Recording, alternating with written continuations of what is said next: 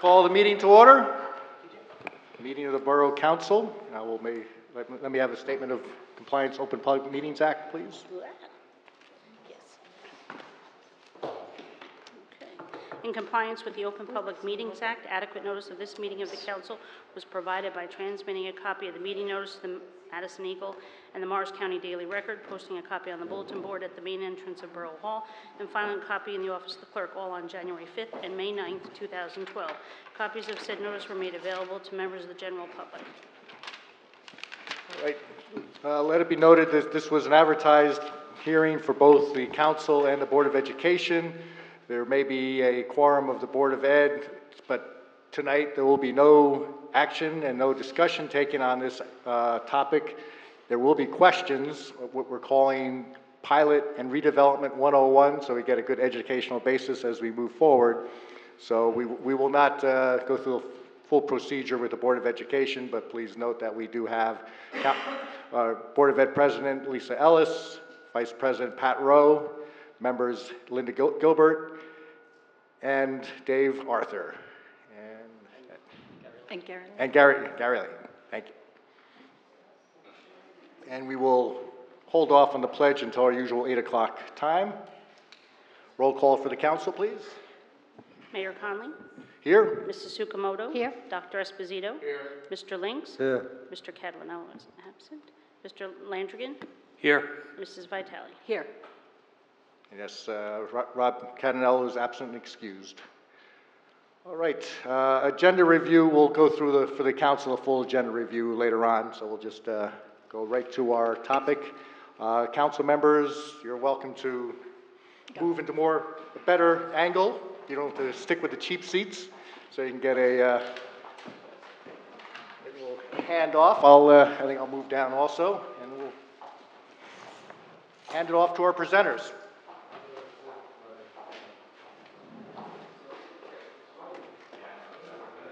Yes, everybody is getting seated. Thank you, Mayor. Thank you, council members. President Ellis, Lisa, thank you. And Board of Ed members, thank you. Thank you for giving us the opportunity to get together with you tonight. Okay, I'm Brian Burns, and as many of you may know, I am serving currently as special counsel to the Board of Ed in connection with the Green Village Road School property. And seated behind me, on the uncomfortable window seat, by the way, is Greg Castano, who is serving as special counsel to the borough in connection with the same property. Okay? So why are we here? The mayor stole my thunder. We're here to talk about pilots. What kind of pilots? I think I don't have to tell everybody we're not talking United and JetBlue. Okay, it's a different kind of pilot. And as everybody knows by way of background, the Green Village Road School property has been declared by you council members as an area in need of redevelopment. That's the first step in the process. Also, you have adopted, the council members have, a redevelopment plan which is in effect currently. And those two things give rise to the opportunity to create a tax exemption for the purpose of facilitating successful redevelopment of the property. Okay? Now, I say an opportunity to give an exemption, and you may say, that sounds a little crazy, because that's not our exemption. At least it doesn't run to the borough, it doesn't run to the Board of Ed. But with the exemption comes the obligation to make an alternative payment. And that's where the word pilots comes from. Pilots, or payments in lieu of taxes, is what we want to talk about tonight. Okay? And we're doing so in what I would call an informational session. In other words, down the road, there will be terms and conditions with a redeveloper, with the borough, with the Board of Ed. We're not talking about that tonight. We're talking about the long-term tax exemption law and how it may apply in the future to this particular property, but we're not getting into specifics.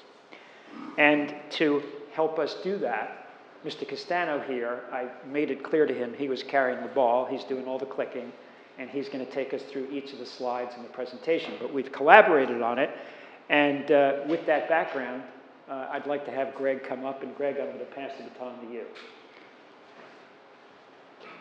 Thanks, Brian. Appreciate the opportunity to speak with everybody tonight. I just wanted to also introduce one of my partners, Jim Bruno. He's the brains of the operation, so in the event there are any really difficult questions come up that I have to divert from the presentation, I'll just look to Jim. But in any event, thanks, Brian, for the introduction. So, overview of the benefits of redevelopment. We wanted to take a few minutes just to kind of revisit some of the concepts that most everybody in the room is familiar with, touch on them again as we work our way into the pilots. The local redevelopment and housing law, that's the statute in New Jersey, the statutory section that permitted the borough to designate the area in need of redevelopment, to bring the Green Village Road School within the redevelopment area and create the redevelopment plan. Two of the greatest things that the redevelopment laws give to the municipality and to the borough are control and flexibility. We have control and flexibility because we do not have to deal with this property in an open bidding process anymore. With the redevelopment laws, it enables the borough and the Board of Ed to have a lot more control over how the project proceeds. So just from the slide, a couple of the things that we're going to be able to do is to create a new tax rateable at an otherwise tax-exempt spot. We're going to be able to implement pilots. We're going to get to that. That's the meat of the presentation. Pilots are able to be used once an area has been designated in need of redevelopment under the local redevelopment and housing laws. With the redevelopment process, we're going to be able to better control how the project is developed. We're not going to have a situation where, well, here's a parcel of property that's been designated. We're going to sit around for years and years and years waiting for a redeveloper to actually begin to build and do something. Through the use of a redeveloper's agreement, we're going to be able to set and define specific timelines so that we're going to be able to keep control over the site and make sure that it gets developed in a timely and expedient and efficient way. The redeveloper's agreement is also going to enable us to more clearly define what specifically the redeveloper has to do with the site. Again, it's not a situation where it's open to somebody coming in as a third party and kind of developing at whim. We're going to be able to control and set forth in the redevelopment agreement how this is going to go forward. We're also going to be able to set and control design standards. Some of those are already announced in the redevelopment plan. We're going to be able to even better define it with a redeveloper's agreement. And also one of the other benefits, we can also better define the affordable housing obligations at the site. So let's get into briefly property taxes. I think everybody in this room is familiar with the way taxation in New Jersey works. This is just a quote, frankly, that I took from the Department of Taxation's website that defines basically the ad valorem tax scheme in the state. It's also known as conventional taxes. But everybody in the room is a Madison resident. We know how taxation works. They strike the taxes, you get a bill, you pay it quarterly. There's two components to the tax. There's a land component, there's an improvement component. The rates are determined by the county, at the county level, passed on to the municipality. As I said, the land improvements are assessed separately. And as, again, everybody in this room knows, because the Green Village Road property has been used as a school, it's tax exempt and has been tax exempt. And that goes back to one of the other points. With the redevelopment laws, we're going to be able to develop a nice rateable for the borough. By designated as an area in need of redevelopment, we're going to be able to have control over the selection of the redeveloper. So for example, at least with regard to the RFQ responses received, these are all for-profit entities that are going to come in and develop this property for commercial use. It's not as if it's going to be a nonprofit use that would develop the site and would not produce a rateable. We're going to have the ability to produce a nice rateable for the borough. Currently, again, as everybody, I keep saying it, I'm sure everybody in the room knows this, 24 cents of every tax dollar is kept by the borough. And there's just a little graphic here I think everybody has seen previously that shows the breakdown of how the tax dollars are divvied up in Madison. There's your 24 cents at the end, 24%.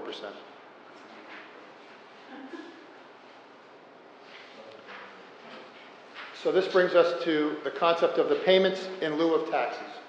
That's where the phrase pilots comes from, payment in lieu of taxes. It really comes from a statute in New Jersey, as Brian alluded to, it's known as the Long-Term Tax Exemption Law. Now, I have another slide that I'm going to get to in a second, but let me just say it up front. I don't want anybody to be alarmed, especially members of the public who might not be familiar with some of these concepts. This is not a tax exemption. The property, the redeveloper will be paying its share of quote-unquote taxes. They're not called taxes, but I don't want anybody to be mistaken, to misunderstand that the redeveloper is getting a free walk or is not having to make a contribution to the municipality. Under the law and the statute, the agreement that sets up the pilot is called, again it's in quotes because it's a term of art, it's called a financial agreement, but colloquially we often refer to it as the pilot agreement. It's really not a pilot agreement, but that's what it ends up being called. And this is, I had it in bold, all caps. I just want everybody to make sure that we understand this is not a tax exemption. The title of the law is the tax exemption law, but the redevelopers must still pay their fair share. What the agreements do, the pilot agreements do, is help to better define what that share is. The pilot also enables the municipality to keep a larger percentage of every tax dollar. Currently, it's 24 cents. Under a pilot agreement, it can be 95%, which would be 95 cents of every dollar. Currently, this is an also important point to understand. The current municipal school taxes are $35.4 million for 2012. And the budget can increase by approximately 2% per year with minor adjustments allowed. But it's important to note that whether the property was tax exempt, taxed by ad valorem, or governed by a pilot, the Board of Ed will still receive the full amount of the school tax. One of the things that pilots do for redevelopers is it helps them with their financing. So most of the time, redevelopers will borrow money to do a project. Now, we've heard a lot of redevelopers have made representations, oh, I'm not going to have to borrow money, we have enough cash to build the project, et cetera, et cetera. These have been some statements that have been made so far in the process. That may or may not be true, but I would bet dollars to donuts, even if a person could go build a project with cash, they're probably still going to go borrow. OPM is the phrase, other people's money. You're always better off building something with other people's money. And so what a pilot agreement does, it enables a developer or redeveloper to go to a bank and show certainty. They'll be able to go to a bank and say, for X number of years, this is exactly what I'm paying in quote-unquote taxes. It's my pilot payment. And that helps them get financing because banks like certainty. They like to know that there's a stable project that's going to be built. Pilots aren't mandatory under the law, but they're highly recommended for redevelopment. Again, for the reasons that I said. They help to get redevelopment projects off the ground, and they help to have some certainty for the borough as well. The law does permit a redeveloper to withdraw from a pilot agreement after 1 year, but we're going to be looking most likely to mandate a procedure with the RFPs and or with the ultimate redeveloper agreement, whereby the redeveloper is going to have to waive that. They're going to have to say, we're going to stay with the pilot for X number of years, whatever that number is going to end up to be.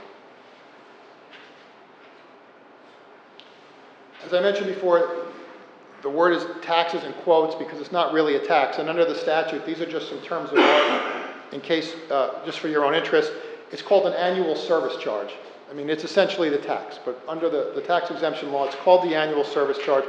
Again, we often refer to it as the pilot payment. If you were to refer to it as that, people would know what you were talking about. The pilot payments are made quarterly, just as the regular taxes are made. And pursuant to the law, pilot agreements can be up to 30 years long, but they're generally shorter. 15 years is probably an average number, an average range for the duration of a pilot to be in place. The amount of the pilot payment is calculated under the statute of either one of two ways.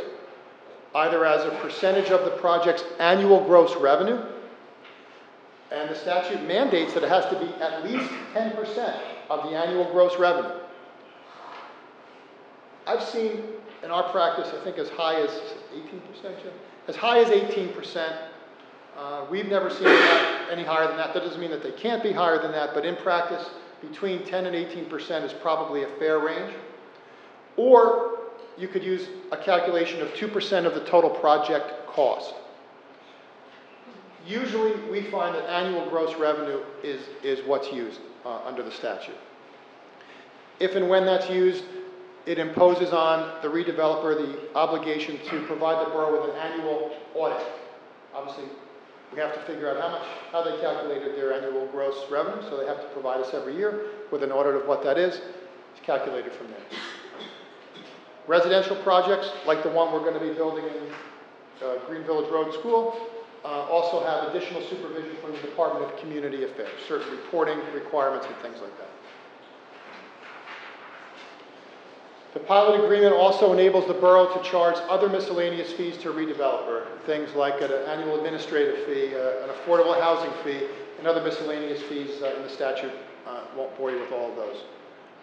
The pilot agreement must be with a quote-unquote urban renewal entity.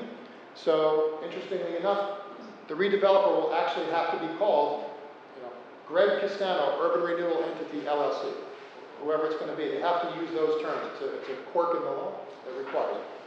So I mention it because I wouldn't want anybody ever to be surprised that the redeveloper ultimately selected is a John Smith Urban Renewal Entity. Madison really isn't an urban area. That's just what the statute says. Last point is important. We've seen some cases with prospective clients where there's been some mistakes. The pilot agreement has to be in place before construction begins. Once construction begins, too late. Sayonara, sorry. That's a hard and fast rule. We've had sometimes people come to us and say, well, we started a project, we want to negotiate a pilot with the municipality. Nothing you can do about that.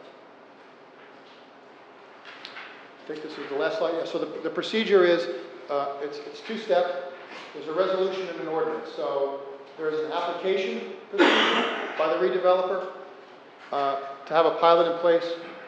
To approve or deny the application is by resolution of the borough. And to formally adopt the pilot, it has to be by an ordinance. So there has to be 2 meetings with an introduction and a second reading before adoption. And that's it. That's just a general, as we call it, Pilots 101. And if anybody had any general or specific questions, I'm happy to try to answer them or pass it off. Or if the mayor wanted to have some words, that's fine too. I was just going to, looks like we have elected officials, staff, and press, so I was going to say we'll start with questions from the elected officials and then open up to the public, but so any questions from the floor? I asked you this question. One of the things that you talked about was how the pilot is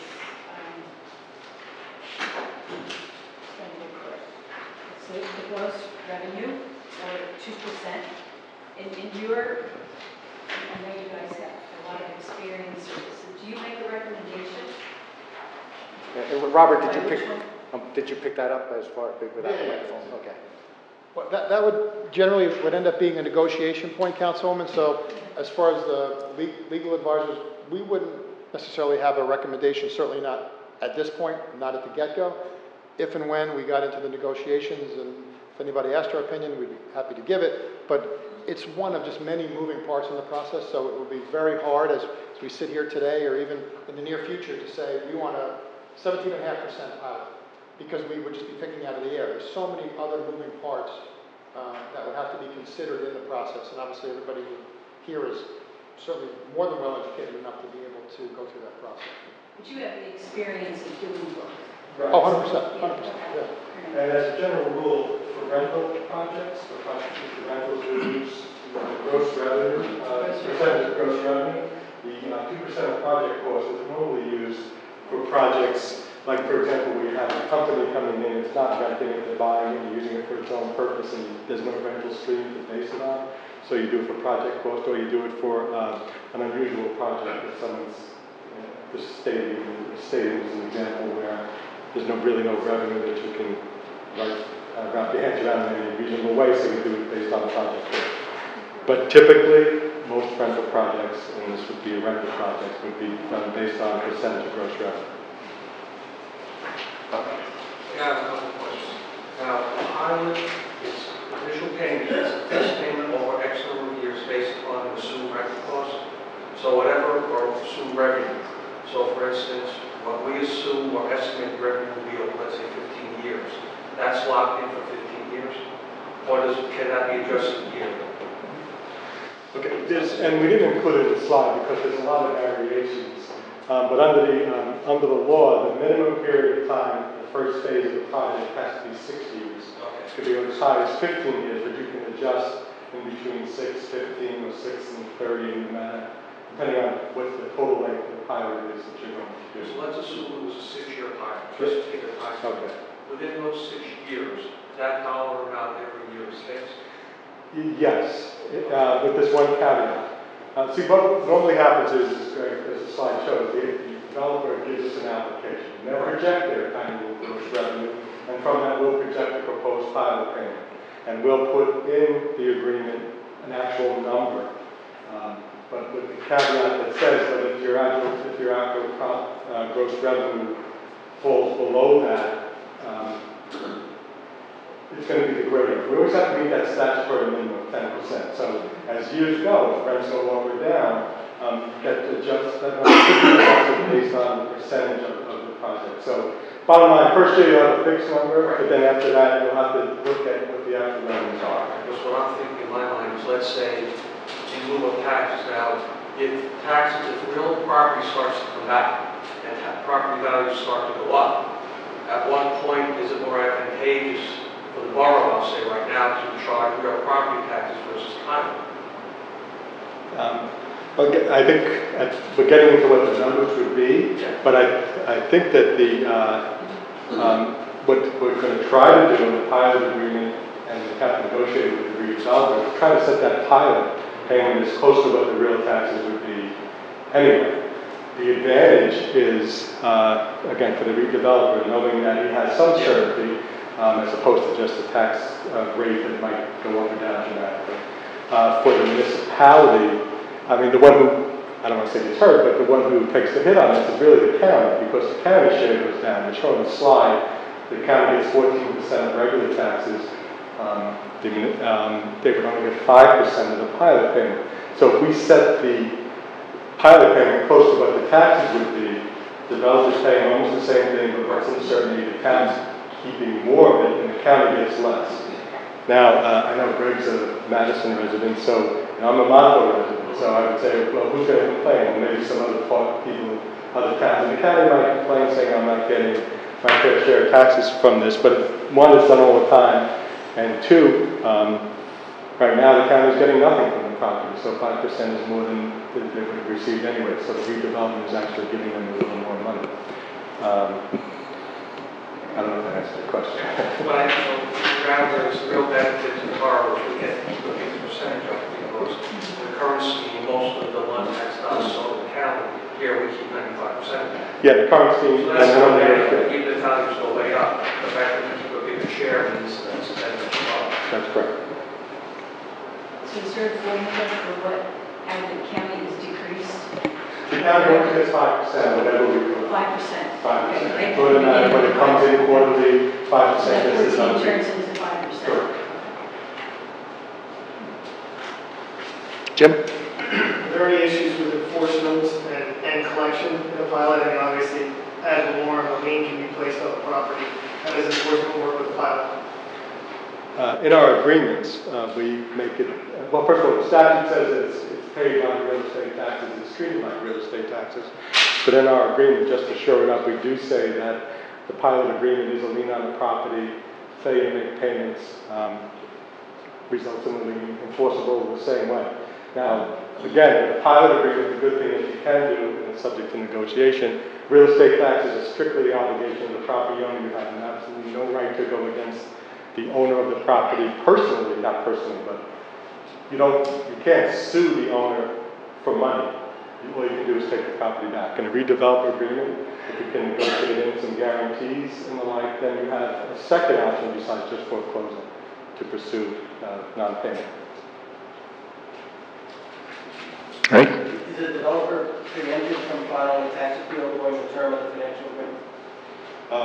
Well, yes, because the redeveloper isn't paying conventional taxes, as long as the pilot's in place, yeah, he cannot challenge the pilot.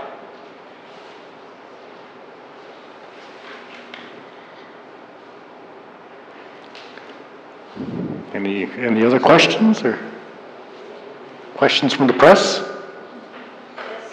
Barbara? I was reading something today that said the borough gets, county gets, but the school district doesn't get, so I presume the percentage the school district gets is written in somehow into the agreement?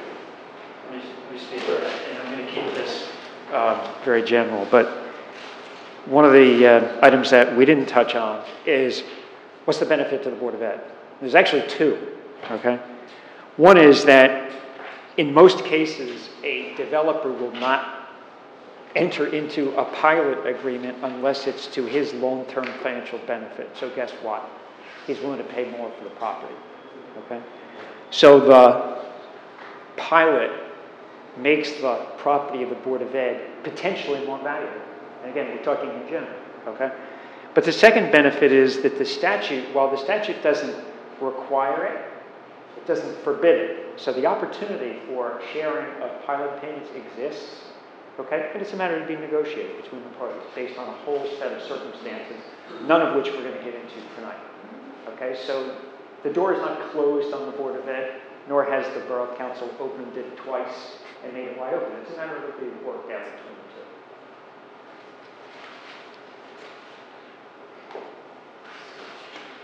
Linda? Well, but it does say in this one slide that the Board of Ed would still receive the full amount of the school tax. So does that mean that it automatically would get 61% of the pilot? No, I think it simply means that the tax budget, the Board of Ed budget, will continue to be funded regardless, and I think that's an accurate statement. Yeah, okay. So it doesn't get counted into the rate. I'm sorry, The value doesn't get counted in the rate against the borough's taxes. the pilot? Right. Or the value of the redevelopment does not become a rate. Or really what we're saying is regardless of, right now, even when this property is not on the tax rolls, the Board of Ed budget is funded through the taxing power of the municipality. And that will continue to happen regardless. Okay, but it has nothing to do with, say this is a $10 million redevelopment, the gradables don't go up by $10 million. This really does not talk about we're not talking about what happens with the pilot payments.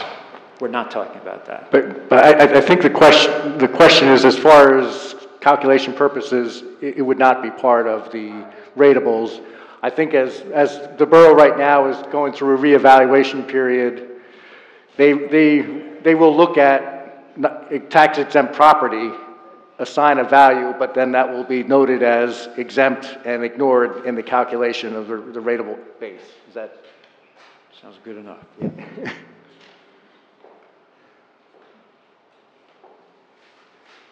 Other questions?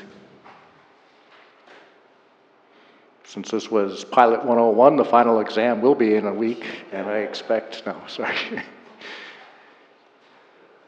All right. Guess we will